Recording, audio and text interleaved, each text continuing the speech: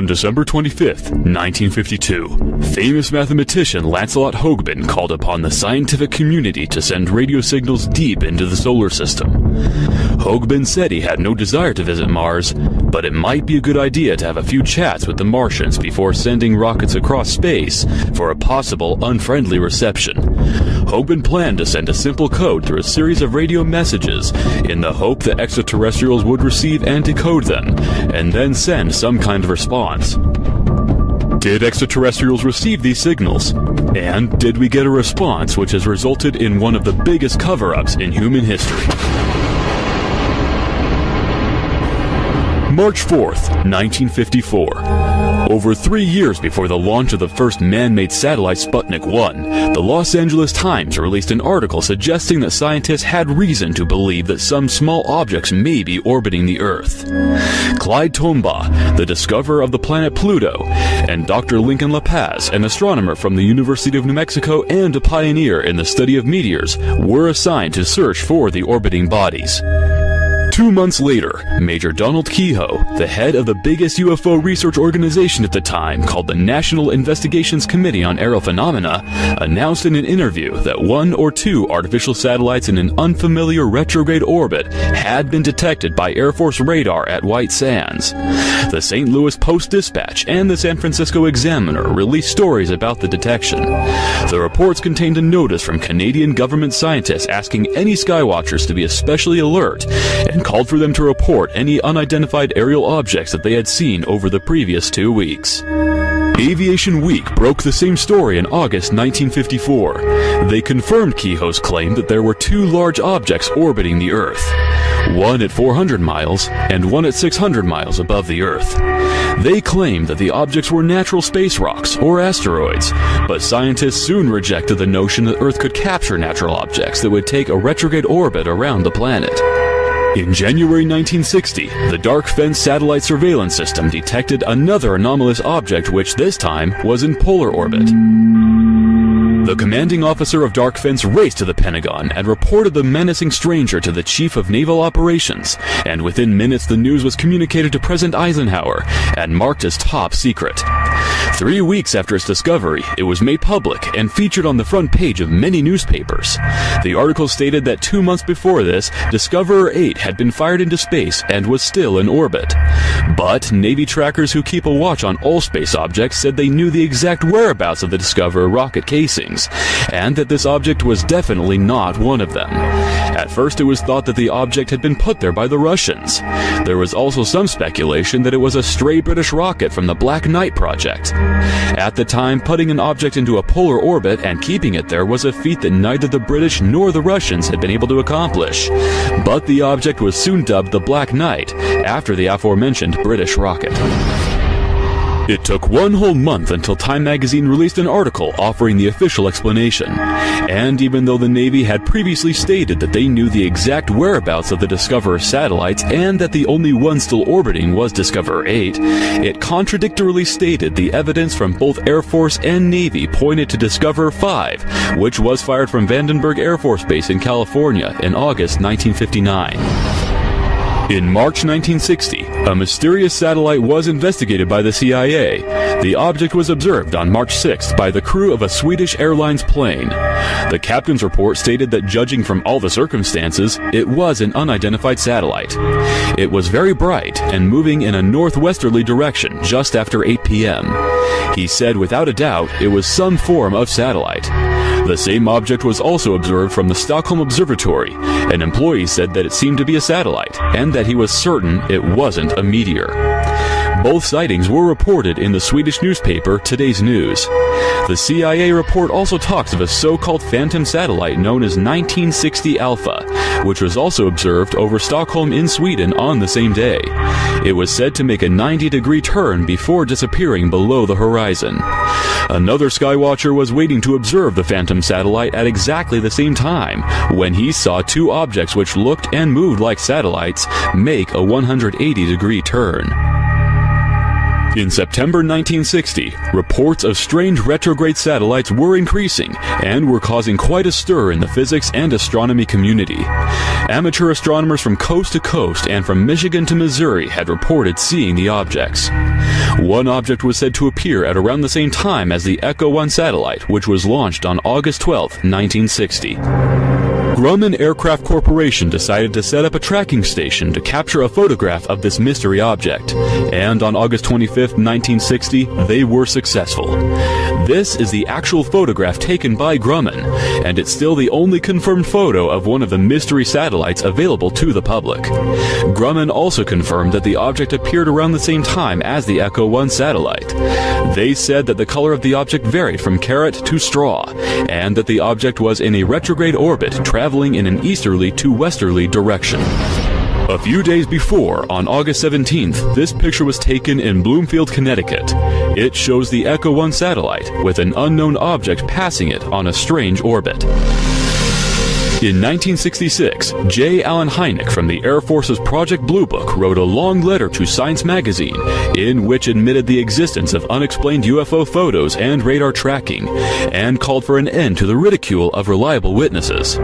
He said Air Force reports included unexplained UFO photos, radar tracking, and unexplained pictures from Project Moonwatch and satellite tracking cameras. He also wrote about the existence of a photograph of a retrograde satellite taken 2 years before the Grumman photo.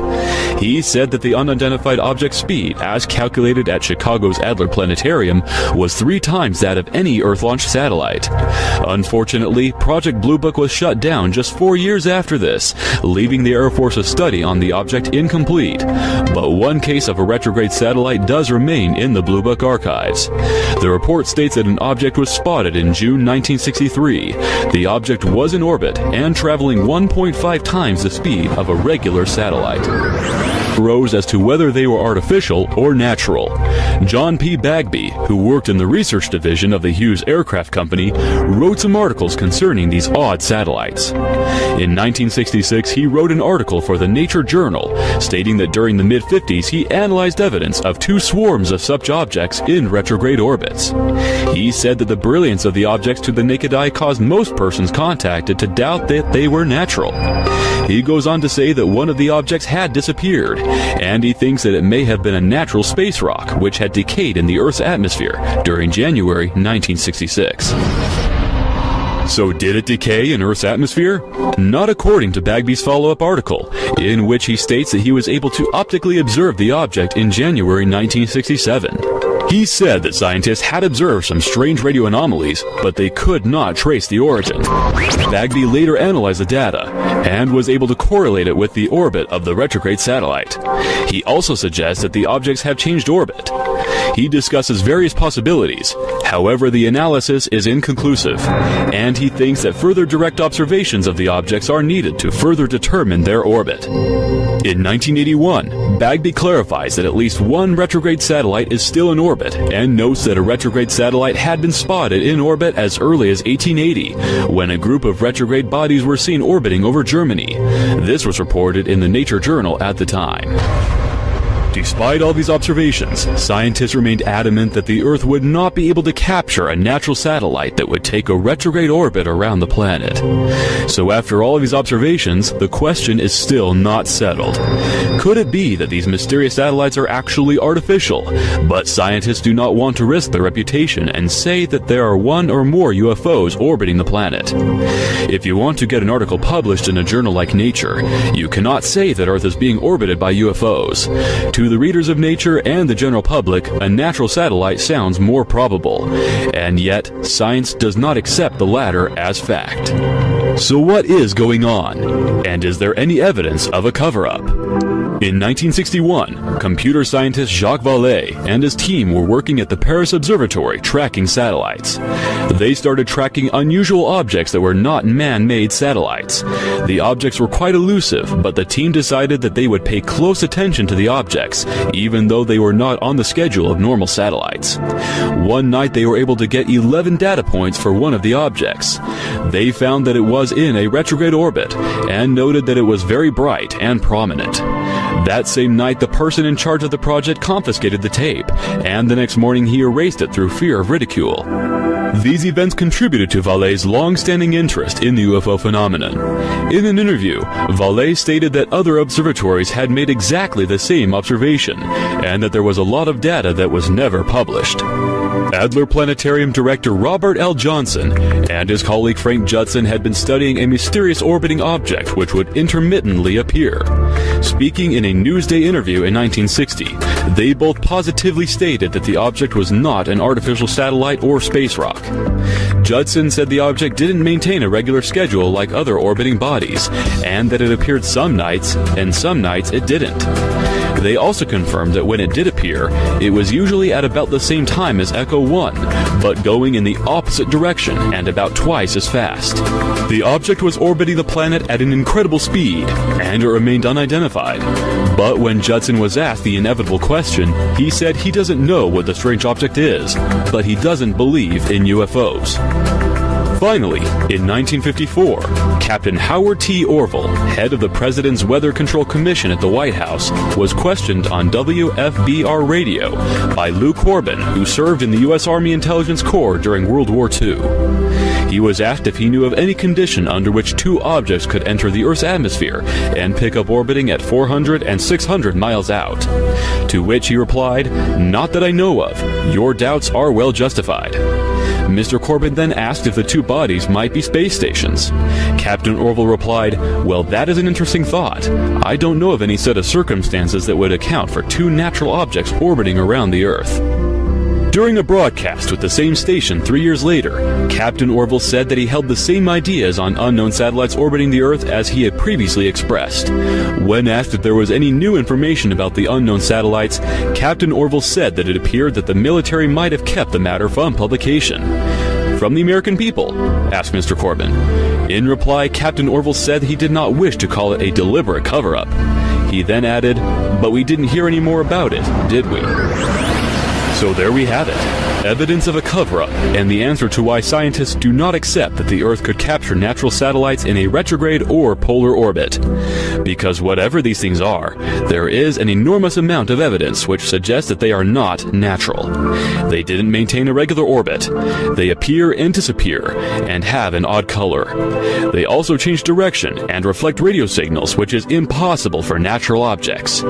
In more recent years, we have multiple UFO reports from astronauts and numerous videos of various space shuttles being tracked by UFOs whilst in orbit, adding to the evidence that the Earth is being visited. Maybe Lancelot Hogbin's radio signals did prompt these strange satellites to appear in orbit around the Earth, or maybe they have always been here. The true origins of these mysterious objects may never be known.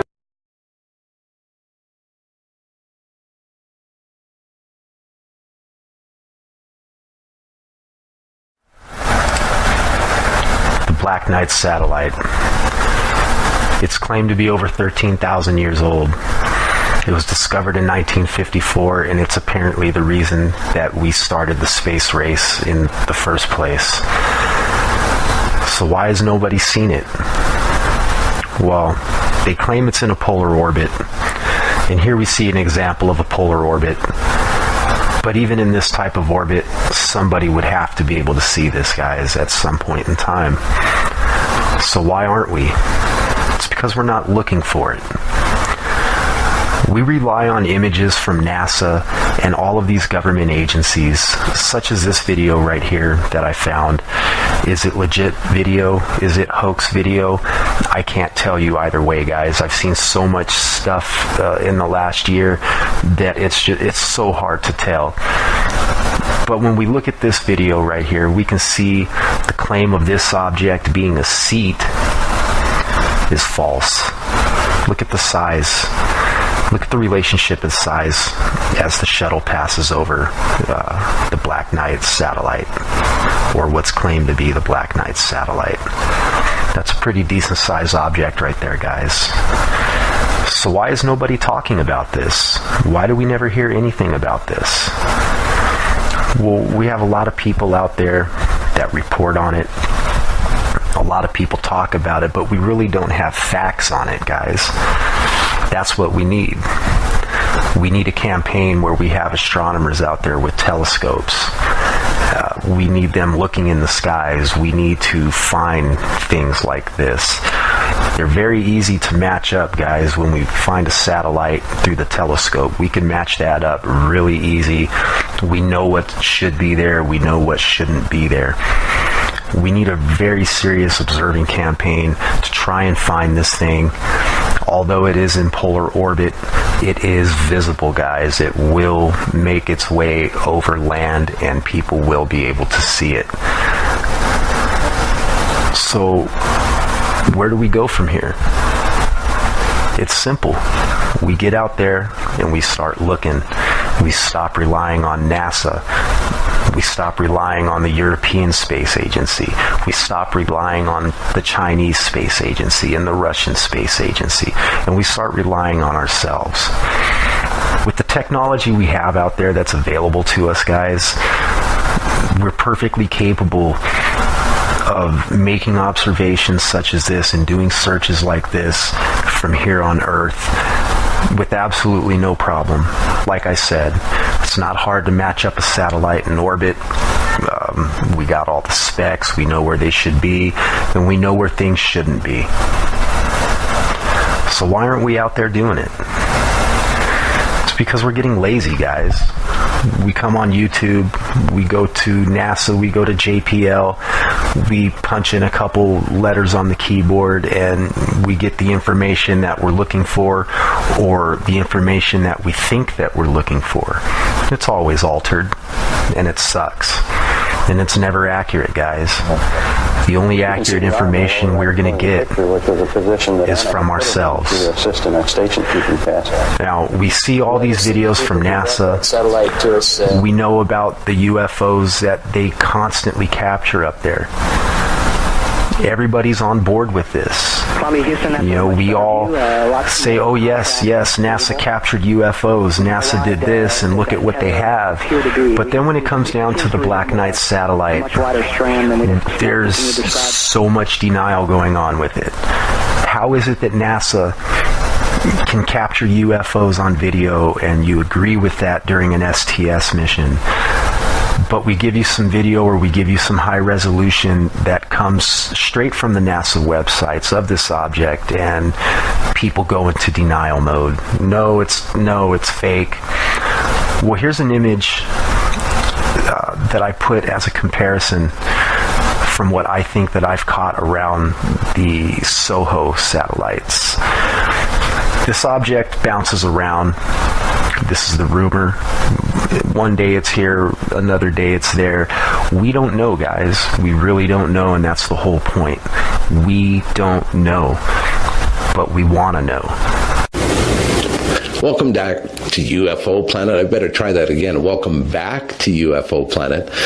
Now we're going to head right into our interview with Bob Figuera. A few weeks ago, I gave Bob an assignment to do some research on the Black Knight satellite. There was a lot of questions and a lot of requests coming in to have something on the program about that. So Bob went out and he looked for pretty much everything that was out there, read through it, studied it, and then I interviewed him about it so that he could share that information with the rest of us. So let's get that interview started right now. We're here again with Bob Figuera. Bob is joining us from Brook Trails, California, in the United States of America. And Bob was on special assignment for UFO Planet. He was sent out to find out as much information as he could about the Black Knight satellite that is allegedly orbiting Earth. Welcome to the program again, Bob. Hey, thanks, Darren. It's nice to be here. Well, it's nice to have you. So, Bob, you had a pretty tough assignment on your hands there. There's a lot of information to sift through, I can imagine. So, kind of give me a synopsis of what you found there. Okay. The whole Black Knight thing is, mysterious satellites that's been orbiting the moon and the Earth, and a bunch of different opinions on what it is, where it came from, and how it got here, and why, and all that stuff. And it's gone a lot of different directions. Okay, let's just start off here with the basics first. Apparently there are those who are saying that there is this gigantic satellite that has been labeled the Black Knight satellite that is orbiting the Earth, and some say it's been orbiting the Earth for 13,000 years. Is that correct? Yeah, some say 13, some say 15,000. It all started in 1899 with Nikola Tesla, technology man of the century, and I guess he got the first message, but he wasn't able to decipher it or didn't have the technology to really figure out where it came from. Okay. And so in 1920, a bunch of college ham operators, like a group of ham operators, they received the first message. They weren't able to do anything with it either. The technology wasn't there. Okay. It wasn't until like 1927 or 28 where they actually got their echo radio transmission technology down, where they could actually triangulate a position of an origin of a signal. Okay, and that wasn't done by the college students, so that was done by military officials, is that correct? It was basically a Norwegian professor of mathematics in the University of Oslo. Oh, okay. And then one other guy, chief consultant from the Naval Operations Center. They all got together with their technology, combined their technology and information. They were able to ascertain the distance that this thing was based on the echo time delay. What kind of distance did they find it was sitting out at? Originally, they said it was 6,200 miles, something like that. Okay. It was out there a ways. Okay. Now, also, carry on there. Now, when did the Soviets come into the picture? Well, that would be 1957 when they first launched Sputnik 1. They actually saw this thing in polar orbit on the moon, around the moon. Okay. And it was a it was a difficult target. They could never rely on it because they didn't understand the nature of its orbit. Okay. So they didn't know where to look for it because it was always changing. Okay, now then we move on. So that's the Soviets seeing it with Sputnik. And then we move ahead a little bit, not too much, and apparently some sort of a satellite that we had up, or the Americans had up at that time, was able to capture some of the first photographs of the satellite orbiting Earth this time. Yeah. From what I understand is that the information they got from the Soviets gave them the intention for their Discovery 5 mission. Okay. And so they launched it out from Vandenberg Air Force Base here in California in 1959. Okay. And their intention was to go film this thing. Apparently, Grumman had some contact or some technology that was in one of those satellites, the early satellites, and they actually got the first photos of it. Okay. Now, is it true that this is kind of what the time in history when kind of the flow of information stopped about the Black Knight satellite? We all of a sudden didn't hear a whole lot about it anymore. Is that correct? Well, that was just the real early stages where they were actually just starting to get some real information about it. Because they had a new program. The Defense Department had a new program called Dark Fence. And it was a tripwire radar that went from Alabama to Arizona with these 50 meter wide transmission receivers, whatever. Okay. And so they actually got 2 sightings up the first day it was running, and then they'd gotten several more in the upcoming days. So that's where the real interest started with the government. And then in like 1960, the commander of that project went to the Pentagon and talked with some commander there, and they all got excited, and they went running to Eisenhower, and they all labeled it as top secret. Okay, so that's where the flow of information comes to a cease then. Not really. It changed orbit from the moon to Earth in 1960, and they thought it was a new satellite. But apparently, somehow, either their first assumptions were wrong and it was actually been in polar orbit, so the Soviets didn't know this, and they thought it was a new satellite. but apparently it had been going around the Earth above them, because when their orbit was at 200 miles, this thing was way above them. Right. And they could only see it when it was out in front of them, because it was always over their head. Okay. Right. So that led to some confusion then at the time. Yeah. Well, all this stuff was all brand new to them and stuff. Oh, and, absolutely. Now, how do we advance up? Sorry, go ahead. It wasn't until like 73 with this writer. He was an astronomer, a writer, Scottish guy, Duncan Lunan.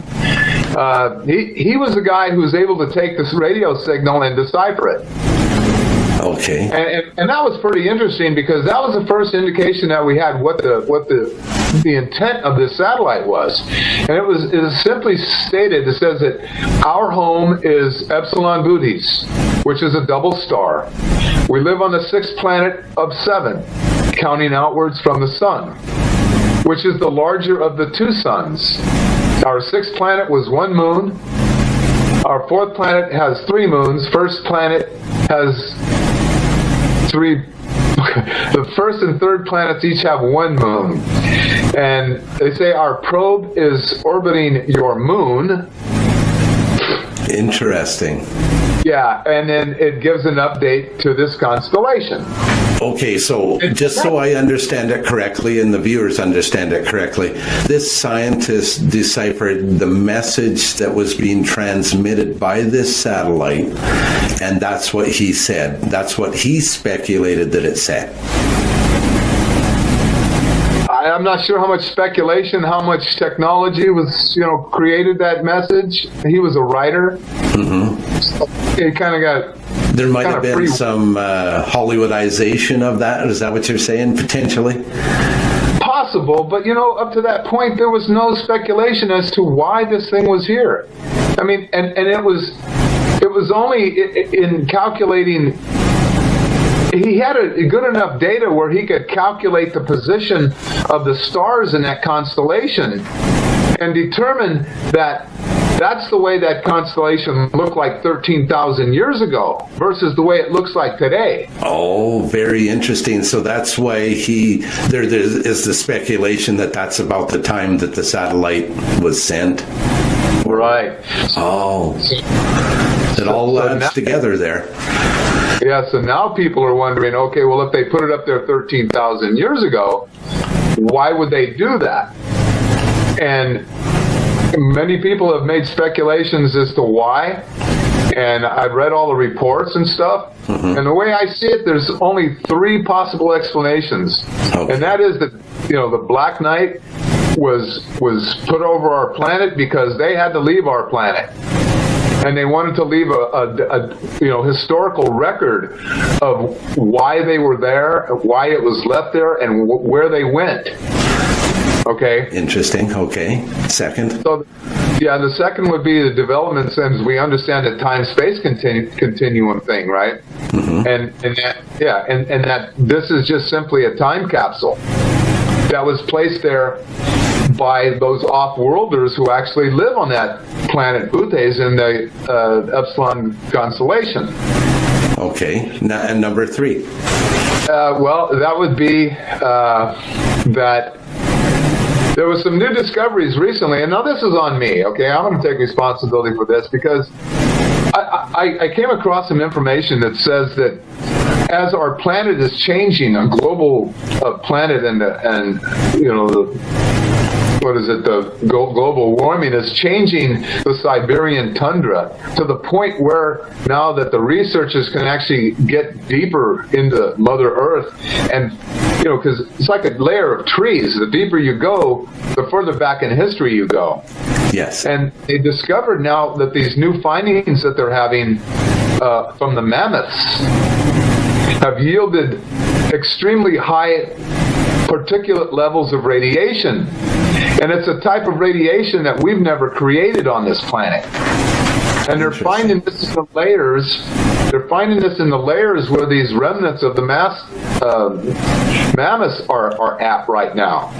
So one could conclude that if there was enough radiation to kill the mammoths, then what would it have done to the inhabitants of this planet? Assuming that they were maybe advanced beings who came here from some other world and they settled here. And interestingly enough, the last report that I know of about the galactic wars between the humans who took this planet over versus those reptilian beings, they had this big war. And what better way to knock somebody off the planet than to contaminate it? And they were low-dimensional beings. Interesting speculation there, Bob. So, I don't know. It could be any one of those three. Well, one thing for sure, it's very interesting, and we've been fortunate in that we have more technology up in space, and we've been able to see some more recent photographs that were taken from the shuttle missions, and which prove that something's up there.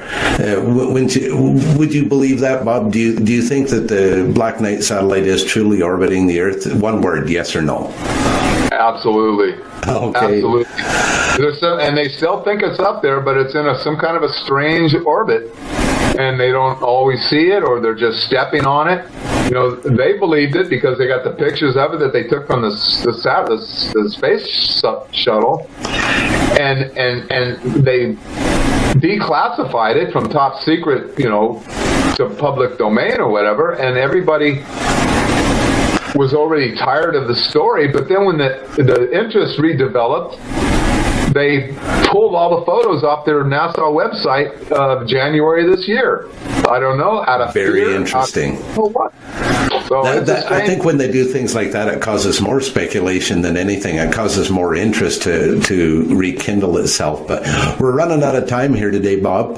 I just want to thank you for doing such an impeccable job on researching the Black Knight satellite. I'm sure we'll be hearing more about that in the future, but we certainly appreciate what you've brought to the table here for us today.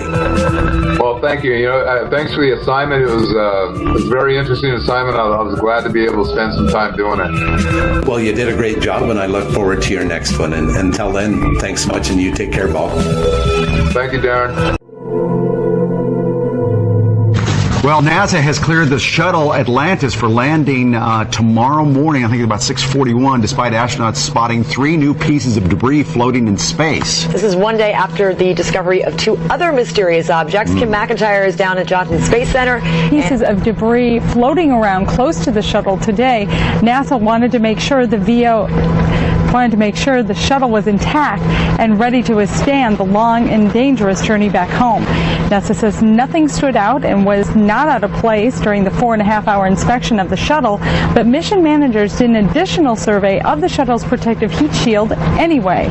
The surveys were initially sparked by a mysterious object floating under the spacecraft yesterday. It was detected shortly after a routine check of the shuttle's steering jets. Now, since Columbia, NASA developed several tools and procedures to safeguard the shuttle while in space. NASA admits they may never know exactly what the unknown objects are, but confirms the shuttle is ready to handle the 3,000-degree temperatures it will meet as it re-enters the Earth's atmosphere. Over the years, we have chased many of these things, maybe not with the visibility that this one has gotten, and rarely, if ever, been able to pinpoint exactly where they came from, and always finding out that it didn't pose us any hazard. 35,000 miles an hour can cause serious damage to the shuttle. So what could these things possibly be? I mean, a lot of people are writing in saying satellites. Pieces off could they be satellites? Pieces of satellites? Well, they're unlikely to be off a satellite because the fact that they're in the same orbit as the shuttle. They're floating along with the orbital. So more than likely it's something that was maybe dropped in the payload bay during the servicing of the shuttle, and during the thruster firings and the flight control checks yesterday, they floated up out of the bay and just started falling off. But I don't recall seeing this in recent missions. Is this something that happens frequently and it's just not reported? Occasionally. On my second mission.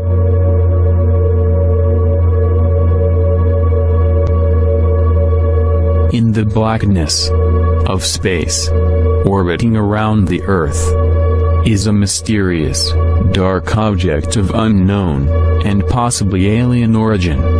The story says it's up there right now, and has been for 13,000 years. Its purpose unknown. Dubbed the Black Knight. This elusive satellite has allegedly been beaming signals towards the Earth for many years.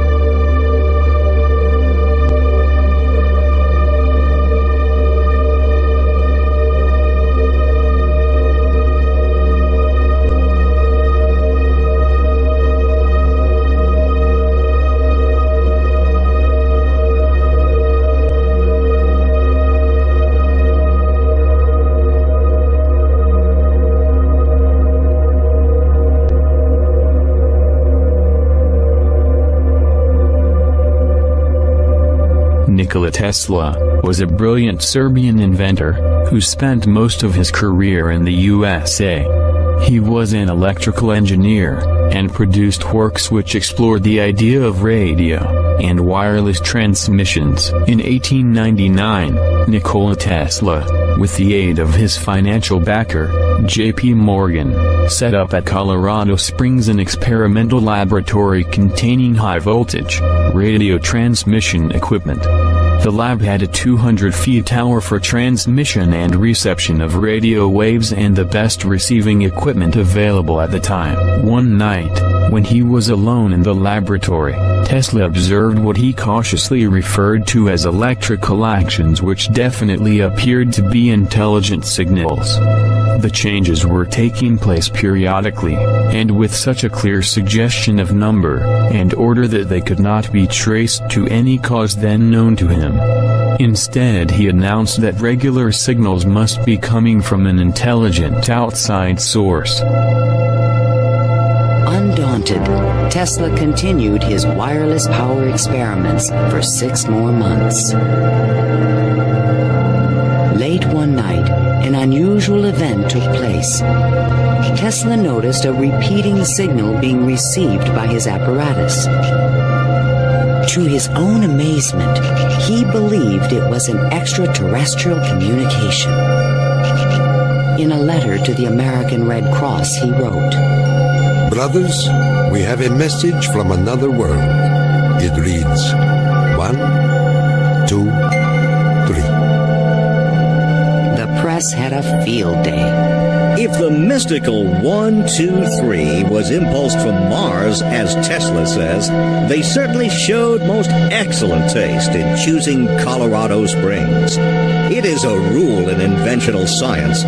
When you're going to tell one, tell a good one. And men have become great in this way. Colorado Springs Gazette.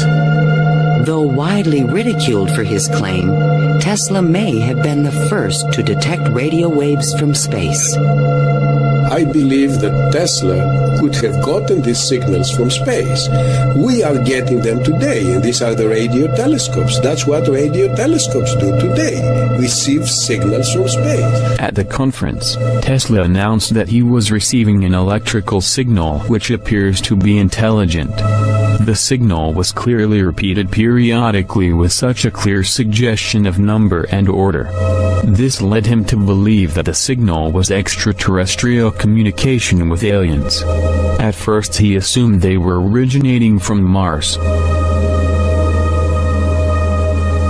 If in a thunderstorm, the Earth is struck by lightning, the force creates concentric waves which slowly expand to circle the world until they come back to where they started. This proves to us that the Earth's crust is a conductor of electrical energy.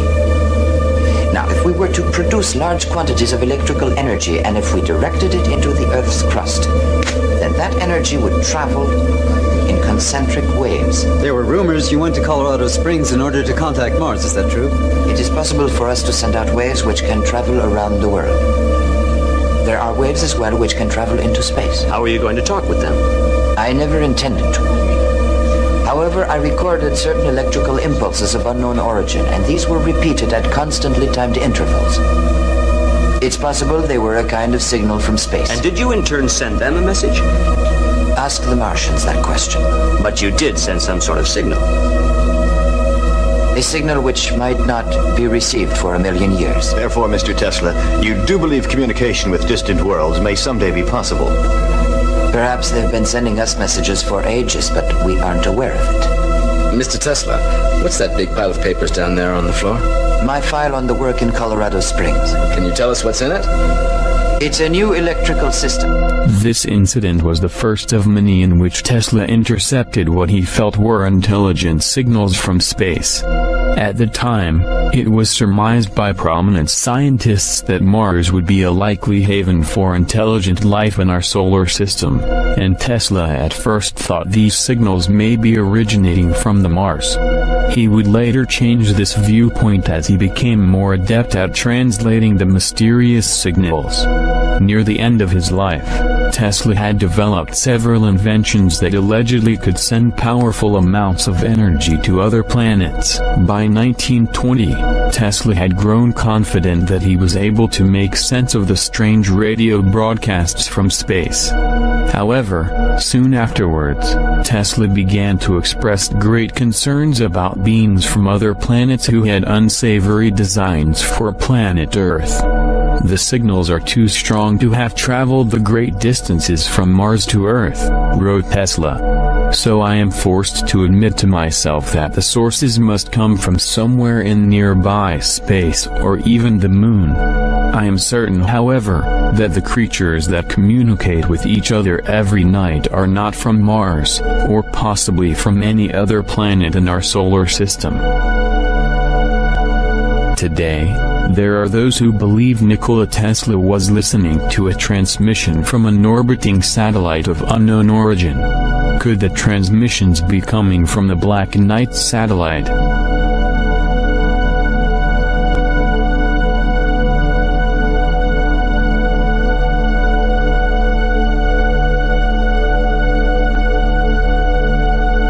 Guglielmo Marconi, an Italian inventor and electrical engineer, known for his pioneering work on long-distance radio transmissions, picked up strange radio messages from space. In London, January 28, 1920. In an interview granted to an editor of Daily Mail, Guglielmo Marconi asserts that the radio telegraph stations often receive radio signals of which nobody until now is successful to discover the origin. They are signals surely sent from great distance, and outside of the terrestrial atmospheric zone, because they are at the same time picked up by distant radio telegraph stations, like London or New York. It has not been possible, Guglielmo Marconi says, to decipher some comprehensible message even if it uses a kind of Morse alphabet that are repeated many times. Marconi says that the scientific investigations over the origin of the signals are continuing and that it cannot give some reliable explanation of the phenomenon, but not exclude that these radio signals can come from other planets or from the sun. The Daily Mail closes the interview to Marconi and it wonders if we do not find ourselves already at the best of the greatest discovery that mankind can make, to enter in communication with people of other planets. Also, in the 1920s, amateur ham radio operators around the world were able to receive this same signal.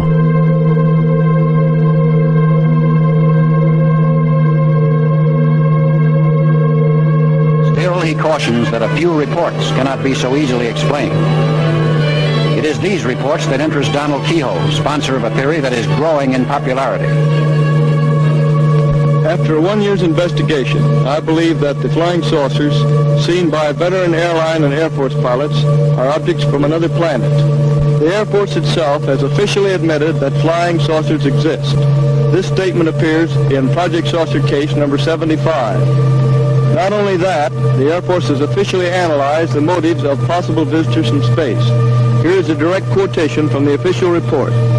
Such a civilization might observe that on Earth we now have atomic bombs and are fast developing rockets. In the past history of mankind, they should be alarmed. We should therefore expect at this time above all to behold such visitations. Donald Edward Keyhoe was an American Marine Corps naval aviator, and writer of many aviation articles and stories in a variety of leading publications, and manager of the promotional tours of aviation pioneers, especially of Charles Lindbergh. In the 1950s, he became well known as an UFO researcher, arguing that the United States government should conduct appropriate research in UFO matters, and should release all its UFO files. On Friday, May 14, 1954, numerous newspapers, including the St. Louis Post-Dispatch and the San Francisco Examiner, reported an interesting statement by retired Marine Corps Major Donald E. Kehoe, who states the Earth is being circled by one or two unknown artificial satellites. The United States government scientists at the White Sands National Monument, he added, were making an effort to locate, chart them, and determine their origin. At the time, neither the Americans or the Soviet Union had the ability to place a man-made object into orbit.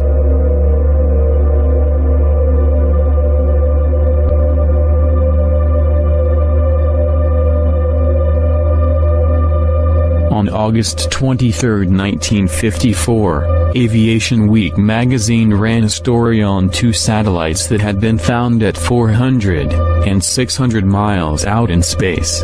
They were termed natural satellites, even though this was later deemed a virtual impossibility, and later no such natural satellites were ever claimed. This is taken from the short Aviation Week article. The Pentagon scare over the observance of two previously unobserved satellites orbiting the Earth has dissipated with the identification of the objects as natural, not artificial satellites. Dr. Lincoln La Paz, expert on extraterrestrial bodies from the University of New Mexico, headed the identification project. One satellite is orbiting about 400 miles out, while the other track is 600 miles from the Earth. The Pentagon thought momentarily the Russians had beaten the United States to space explorations.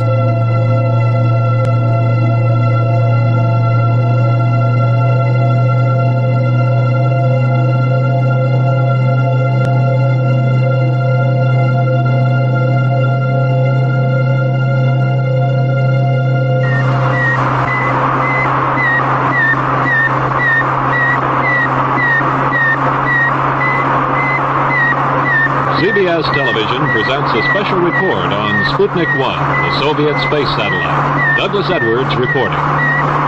Until 2 days ago, that sound had never been heard on this Earth. Suddenly, it has become as much a part of 20th century life as the whir of your vacuum cleaner.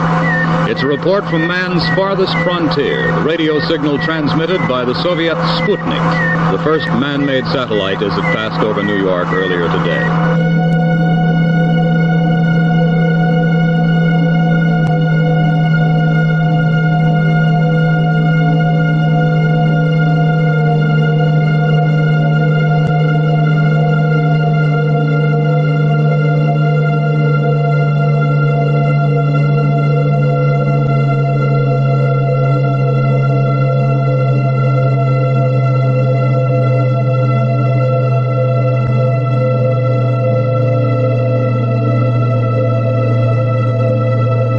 In 1953, 4 years before the Soviet Union launched Sputnik 1 into space, an object of unknown origin, orbiting the Earth, was sighted by Dr. Lincoln La Paz of the University of New Mexico. Lincoln La Paz was an American astronomer from the University of New Mexico, and a pioneer in the study of meteors.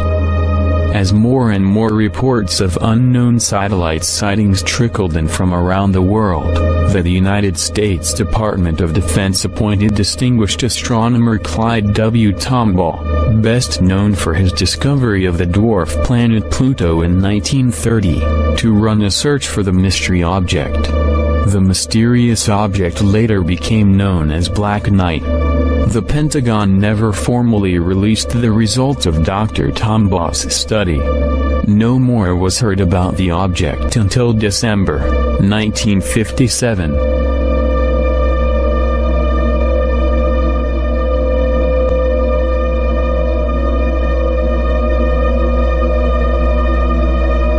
On December 18, 1957, at around 6 p.m., Dr. Luis Corrales, of the Communications Ministry in Venezuela, was taking pictures of Sputnik 2 as it passed over Caracas. When Luis Corrales developed the pictures, he was startled to find that he had captured an unknown object shadowing the Russian craft. The mysterious object showed up as a streak of light because of the short time exposure Corrales had used. When researchers examined the photo, they concluded that the object wasn't a meteor or star. Instead, they determined that it was an unrecognizable kind of intelligently controlled craft that was able to deviate from the path of Sputnik 2, and then return to its side.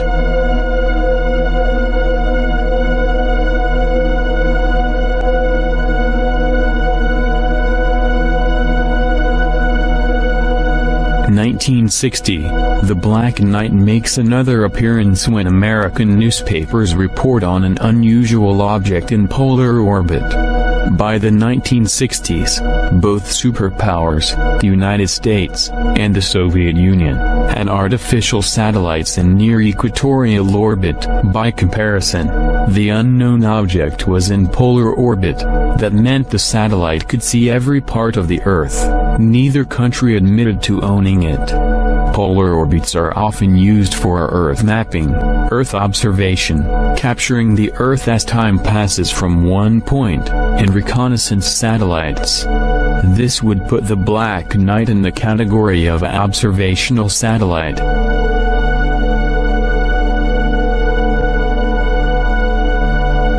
Astronomers and scientists observing the object calculated its weight to be over 10 tons, which would be at that time the heaviest artificial satellite to orbit our planet.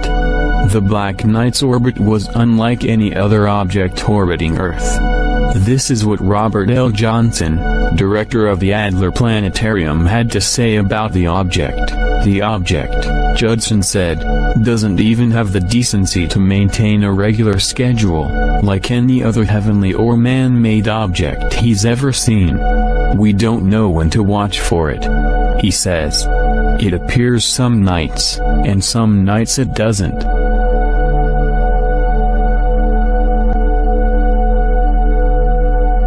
On September 3, 1960, 7 months after the satellite was first detected by radar, it was revealed that an unidentified object had been photographed in the sky over New York by a tracking camera at the Grumman Aircraft Corporation's Long Island factory. The object, which appeared to emanate a red glow, had been seen several times during the preceding 2 weeks, apparently following an east-to-west orbit, whereas most satellites were launched in the opposite direction. The United States government attached so much importance to these mysterious sightings that they organized a special committee to gather as much information as possible about them.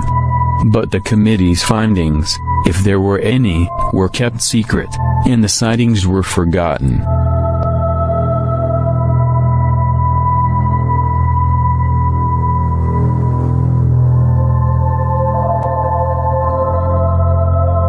On January 31st, Dark Fence, the Air Force space surveillance system, detected 2 passes of what seemed to be an unknown space object.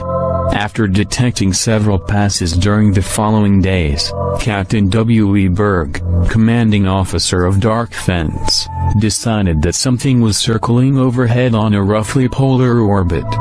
He raced to the Pentagon and in person reported the strange satellite to Chief of Naval Operations Arleigh Burke. Within minutes the news was communicated to President Eisenhower and marked top secret.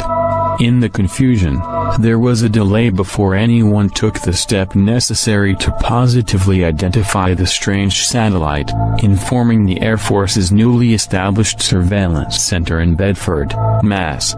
It is the surveillance center's job to take all observations on satellites from all friendly observing centers, both optical and electronic, feed them into computers to produce figures that will identify each satellite, describe its orbit and predict its behavior.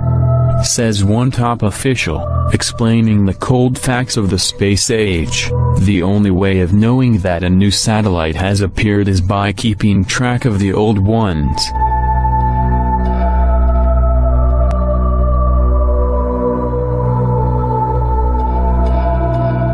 Gordon Cooper was an American aerospace engineer, test pilot, United States Air Force pilot, and one of the 7 original astronauts in Project Mercury, the first manned space program of the United States. Cooper piloted the longest and final Mercury space flight in 1963. He was the first American to sleep in space during the 34-hour mission and was the last American to be launched alone to conduct an entirely solo orbital mission.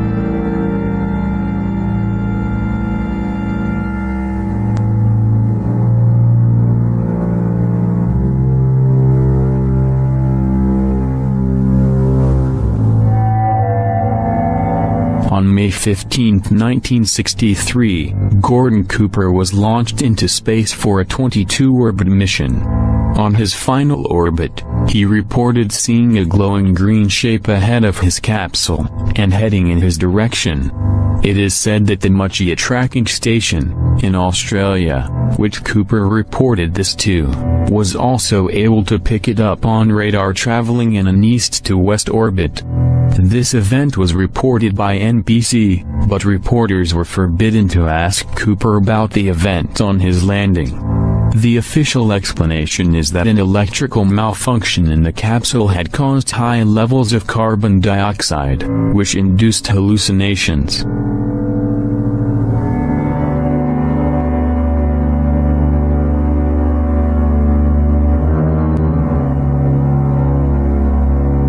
These are the transcripts from the mission.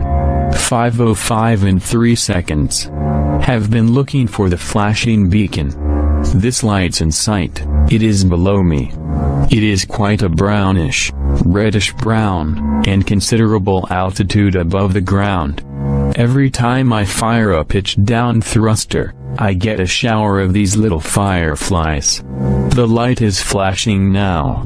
It's quite bright, quite discernible.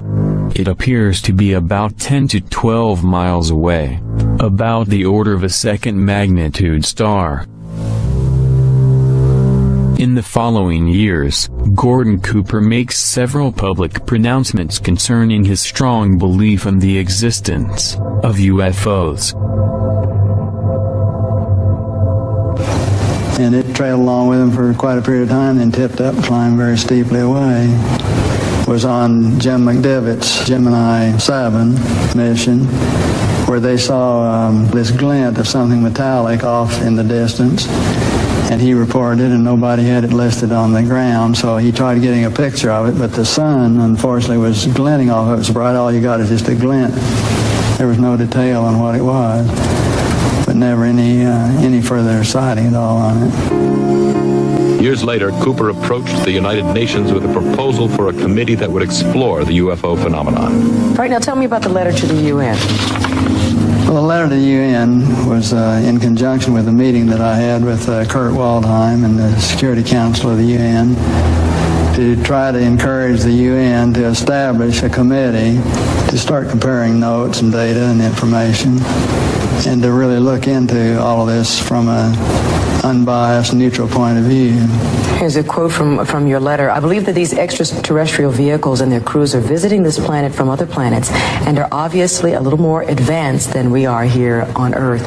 And are you saying that's exactly why governments have been trying to keep this information private, because of that obvious advancement? Very possibly, right.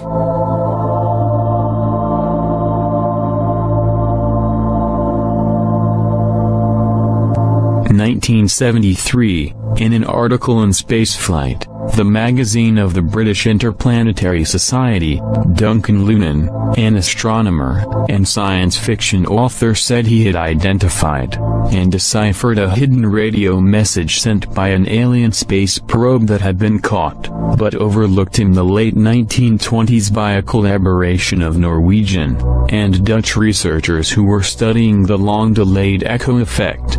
Published along with an accompanying editorial disclaimer, Lunan maintained that the putative message came from an object at the L5 point in the same orbit as the Moon, sent by the inhabitants of a planet orbiting Epsilon Bootis.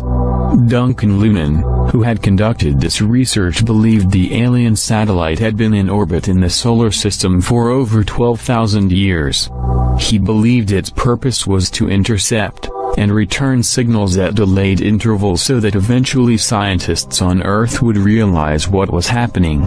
Writing in 1973, Lunan believed the decoded intervals also gave out the following information: our home sun is Epsilon Bootis. It is a double star. We live on the 6th or 7th planet, counted from the sun, which is the larger of the two. Our 6th planet has 1 moon, our 4th planet has 3, and our 1st and 3rd planets 1 each. Our satellite is in orbit around your moon. The claim was reported in Time and the CBS Evening News.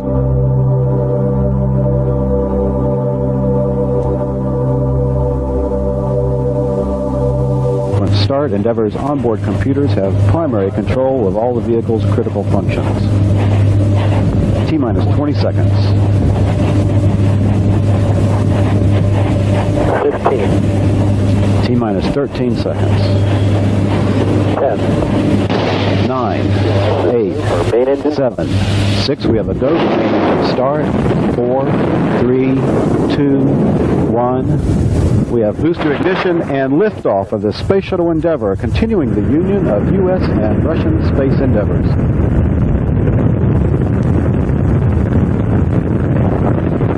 (1998). The crew of the Space Shuttle Orbiter Endeavour photographed an unusual object in low Earth orbit. When the Space Shuttle Endeavour made its first flight to the International Space Station on flight STS-88, astronauts aboard the Endeavour took many photographs of this strange object. The photographs were made widely available to the public on the NASA website. But soon, the photographs all disappeared. They reappeared sometime later, with new URLs, and with various descriptions explaining them all away as pieces of debris or space junk. The photographs were of high quality and unmistakably showed some type of craft.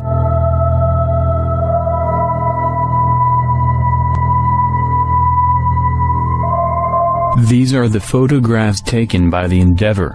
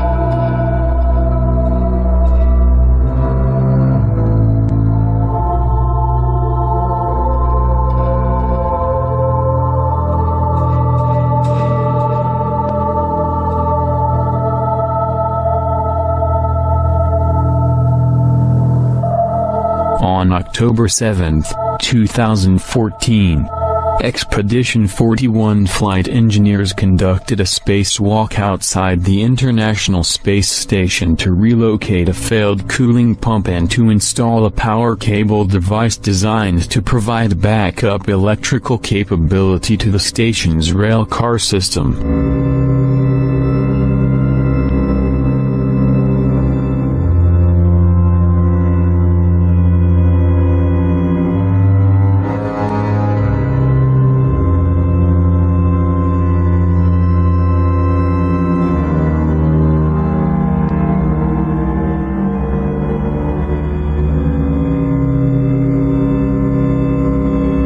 In the background, beneath the astronauts, suddenly, a mysterious craft appears, and hovers for a few seconds. This event was captured on NASA's live camera feed.